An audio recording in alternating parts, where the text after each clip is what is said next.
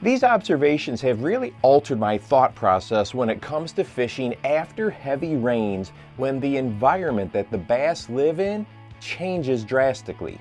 If you watch the channel very often, you know that the waters that I film in are normally crystal clear. It is not unusual at all to be on the deck of the boat and see the bottom clearly in 15 feet of water.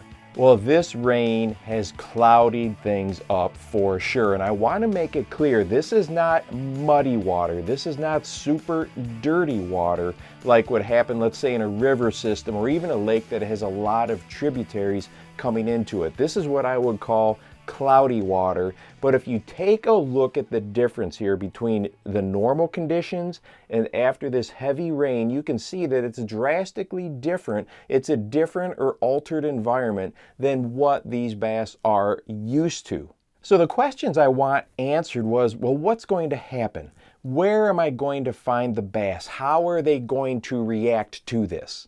Well, in the past, I would avoid parts of a lake that were really stirred up by the rain. Now, if there was fresh water coming in, well, then I try to fish that because it, brings in oxygen, gets the food cycle going. But if you don't have that water, that runoff dumping into the lake, I would try to avoid those areas that were muddied up, dirtied up, cloudied up by these rainfalls.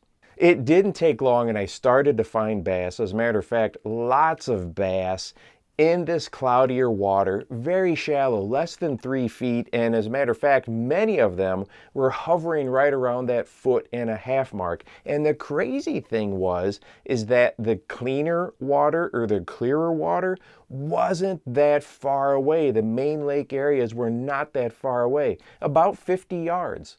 But when I investigated the transition area, when I investigated the parts of the lake that were closest to what the water normally looks like, I didn't find any fish right here, none. I checked the shallows, nothing, checked the mid-depths, nothing, checked deeper water, absolutely nothing. It seemed like all the life that was in this part of the lake, they all pulled into this cloudier water. And I mean, they were really packed in here. This particular location, I filmed several around the lake, but this one here was about 30 yards long and 15 yards wide. That is a small, tight area for the vast amount of life that was here. And at first I'm thinking, well, this water's got to be warmer, right? It's cloudier, it's got to be maybe a couple degrees warmer than farther out in the main lake. No, it was all 45 degrees. Every place I checked around the lake was 45 degrees. And I should also mention it was extremely overcast.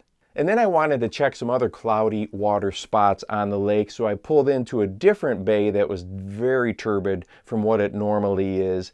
And once again, there were all kinds of bass, very shallow, less than 3 feet of water, but I checked the depths in this cloudier water. In this particular spot, it got down to about 10 feet. Couldn't find any life whatsoever down there, not at all. So what are some of our takeaways here? Well, this first one is the one that shocked me the most and the reason that I wanted to share this with you.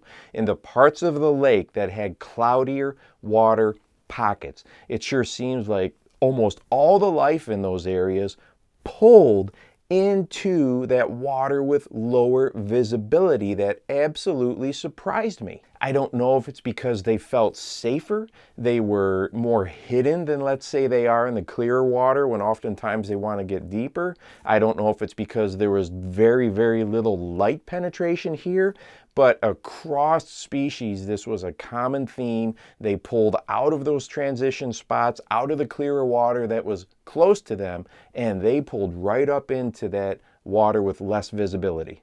And here is the part that probably really impacts us as anglers when we are out there fishing, and I know I messed it up, is when we come into these spots, okay, now that we may be thinking, well, maybe I should check this little bit dirtier water, cloudier water, because they might pull into it, just like happened here, is we need to be really careful on our approach. I am sure that I came into it with the trolling motor going a little bit too quickly or starting and stopping too often, because I definitely feel like it's easy to put the bass on alert. And at least in this situation, I gave him a serious case of lockjaw.